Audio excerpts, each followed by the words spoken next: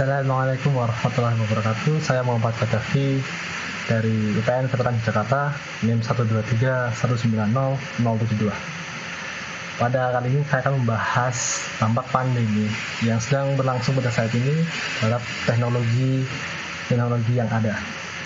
Seperti yang kita tahu, dampak pandemi ini sangat luas, ya, terutama bagi kalangan mahasiswa. Karena pandemi ini mahasiswa belajar dari rumah dan tidak disarankan untuk berkumpul di kampus maupun di tempat lainnya. Dan dikarenakan pandemi ini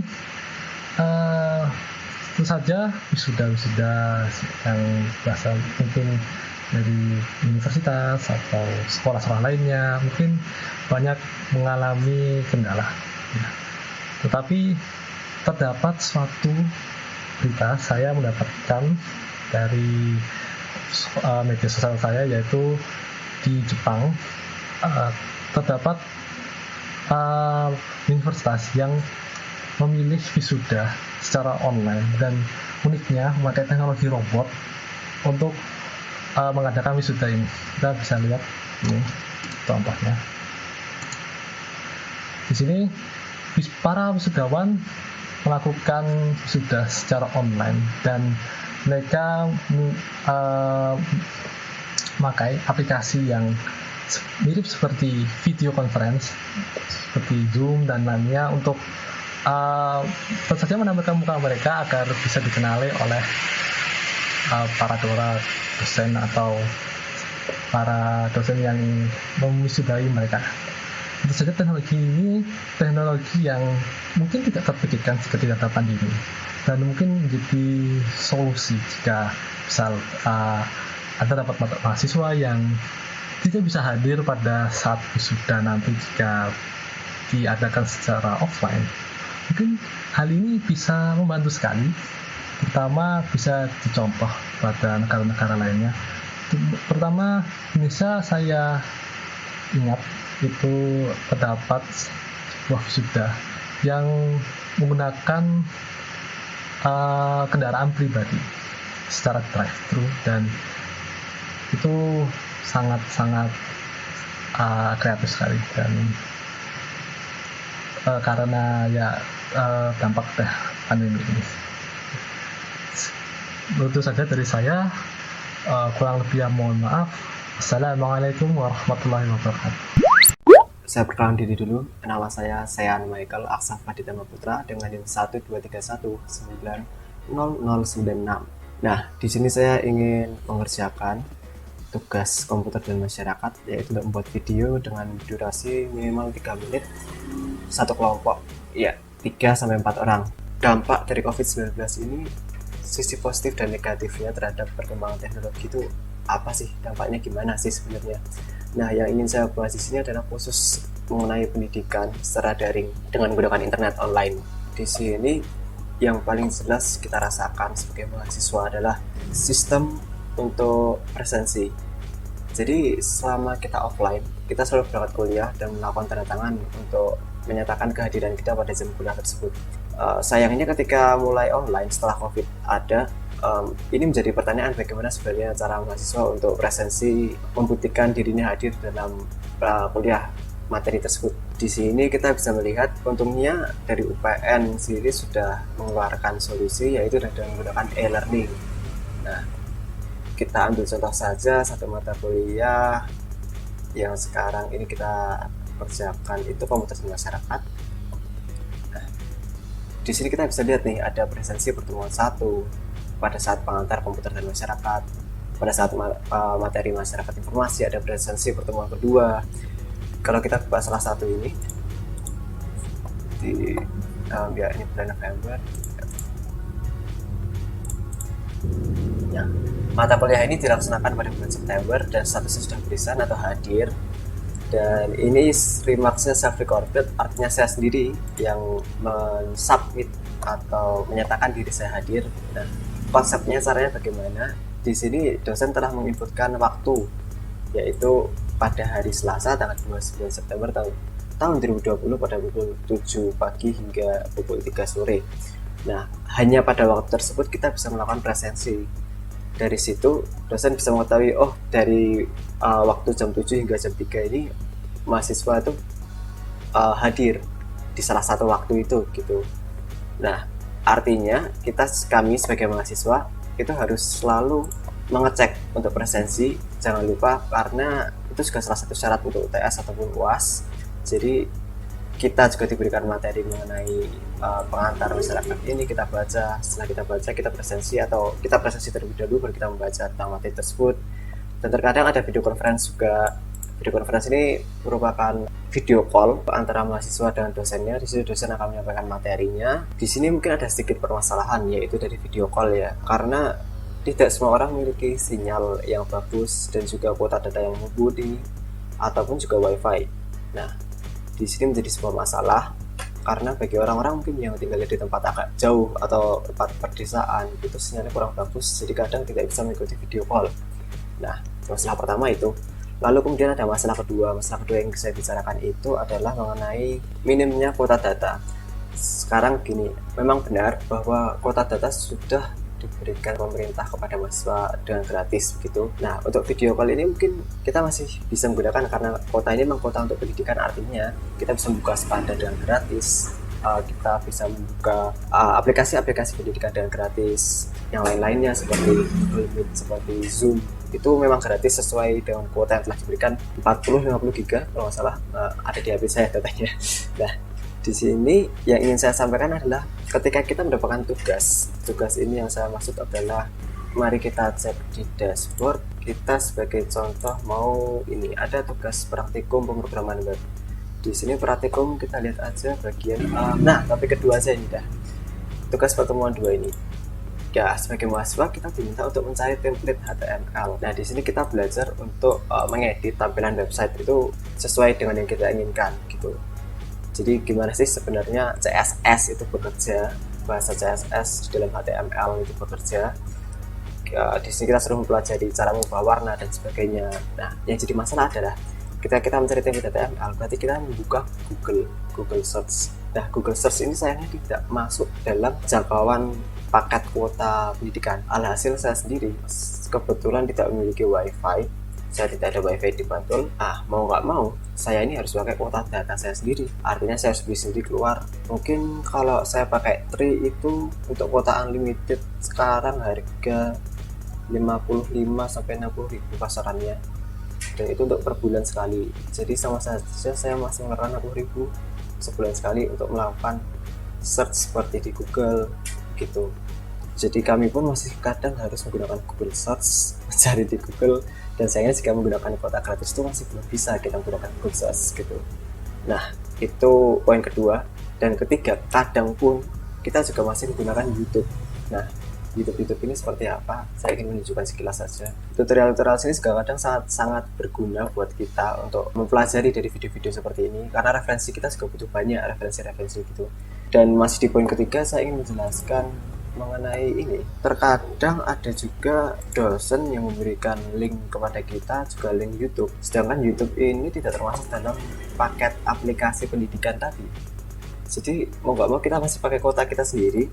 Itu kalau tidak salah saya ingat ada mata kuliah geoinformatika, video seismik. Nah, ini saya pernah tonton. Ya, ini kan jelas YouTube. Ini aja saya nge-lag kan.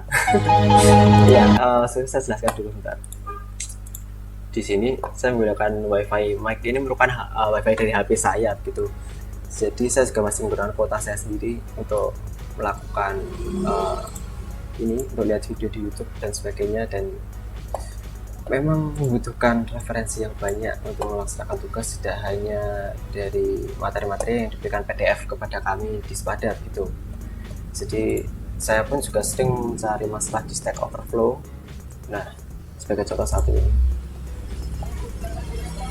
di sini tempat yang paling enak buat saya mempelajari yaitu website Stack Overflow, dan ketika menggunakan kuota gratis itu sayangnya saya tidak bisa mengakses website-website yang menyediakan banyak referensi, seperti ada Geeks for Geeks. Nah, aplikasi Geeks for Geeks juga bagus, dia menjelaskan banyak mengenai pemrograman, kita bisa baca di sini.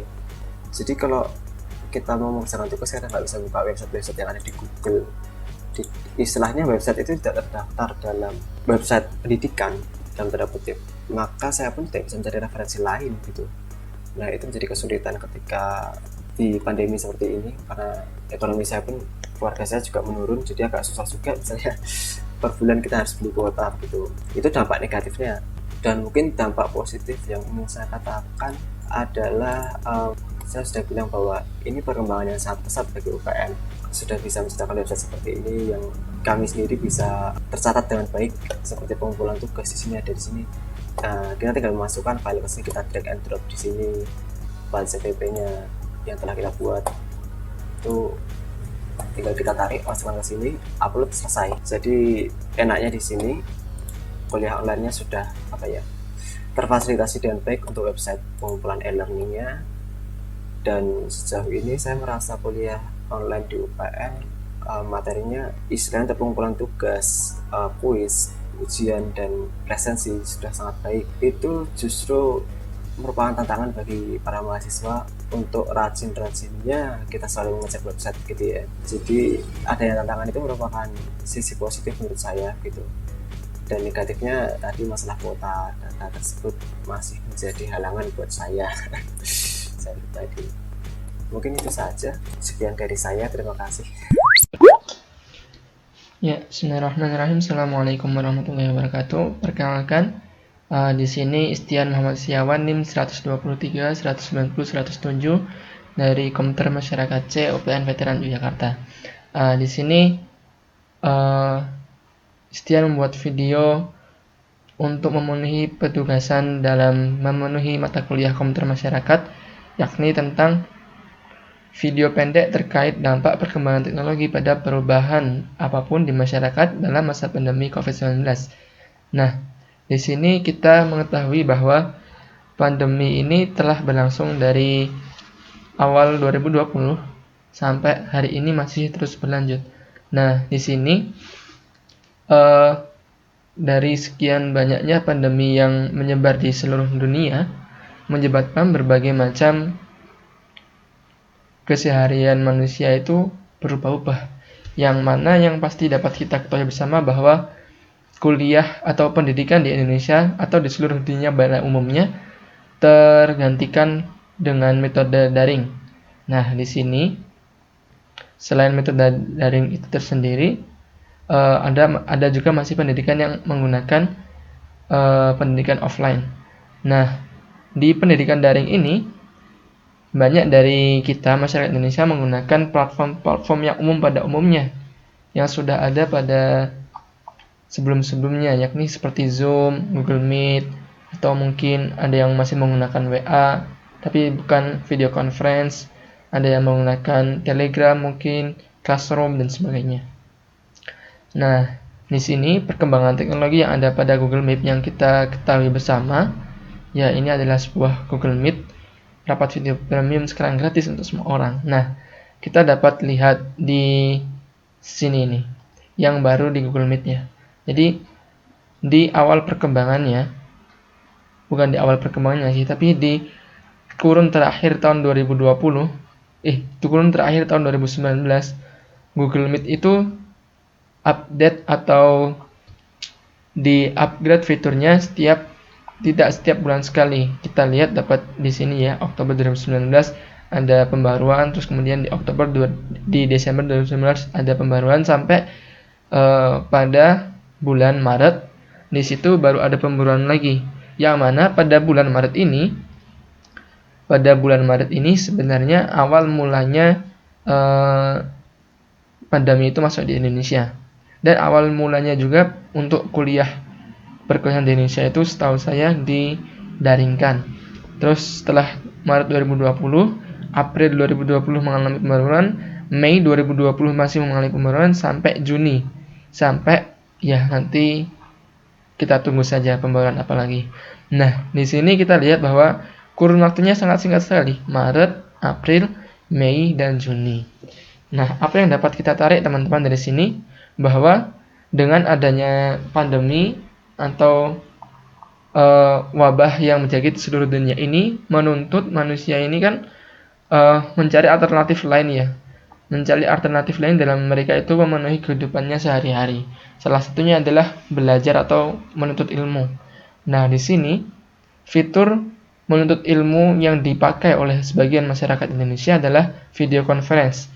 Ya, di situ misal kita contoh pakai Google Meet ya.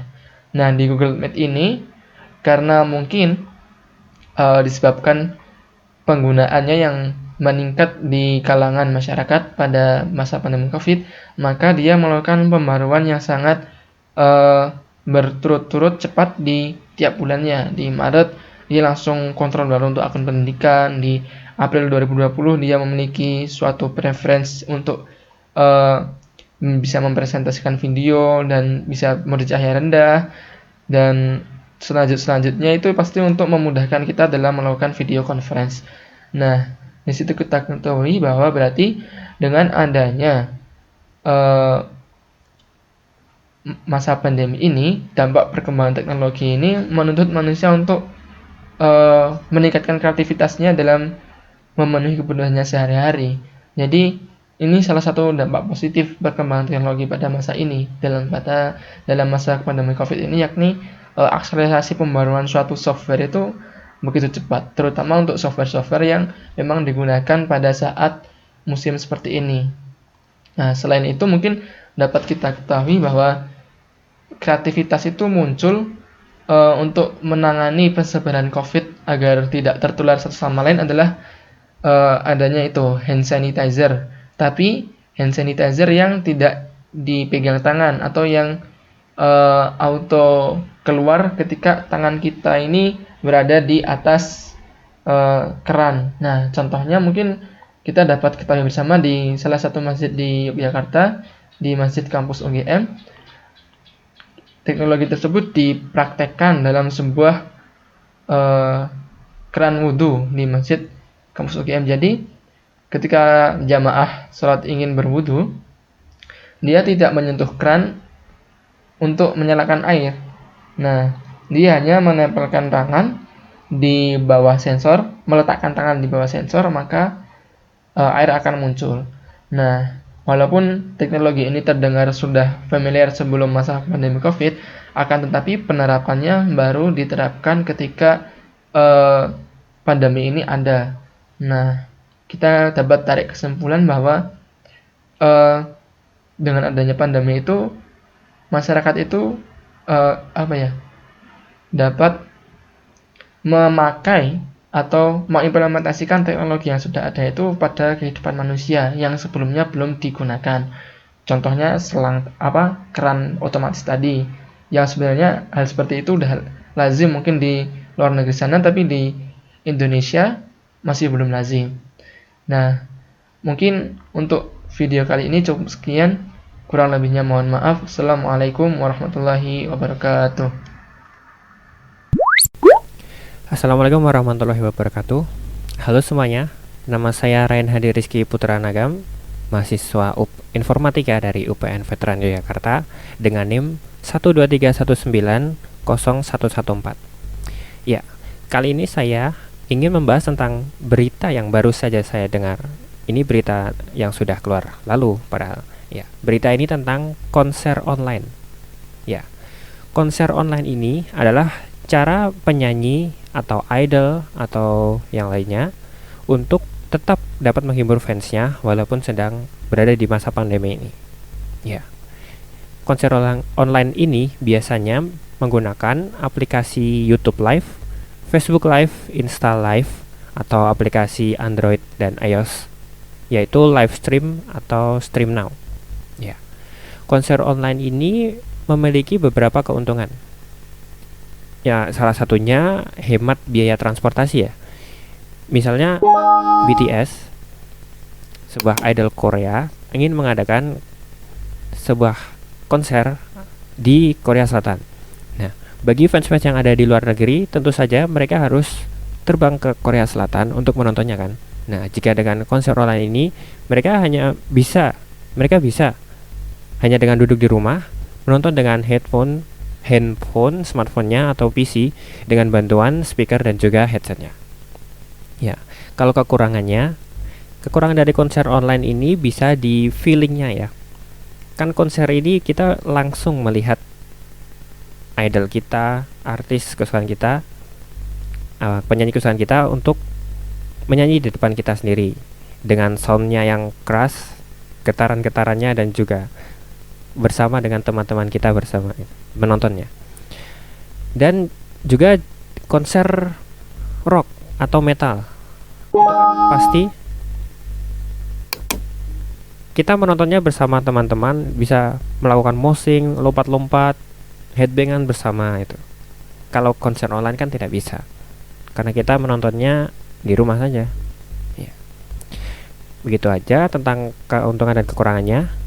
Lalu saya ingin memperlihatkan pada kalian contohnya ya, konser online. Nih, ini dari Tokopedia ya. Konser NCT 127 dengan lagunya Kick It. Ya, ini saya mute supaya tidak copyright. Nah, di sini bisa kita lihat konsernya tetap berjalan walaupun tidak ada penonton, tapi nah ini banyak sekali orang yang menonton lewat Zoom ya, kalau nggak salah ini Zoom menonton bersama dan bisa melakukan fanchan-nya. Apa itu fanchan? Fanchan itu seperti oi oi oi, nah, seperti itu ya.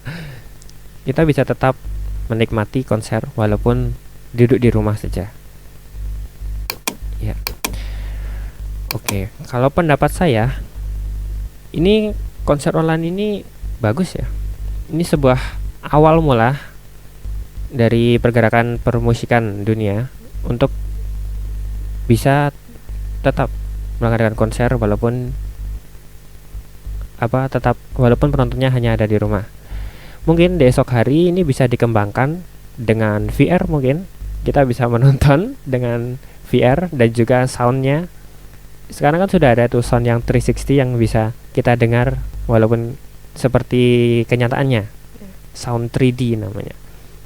Ya, segitu saja dari saya. Terima kasih. Assalamualaikum warahmatullahi wabarakatuh.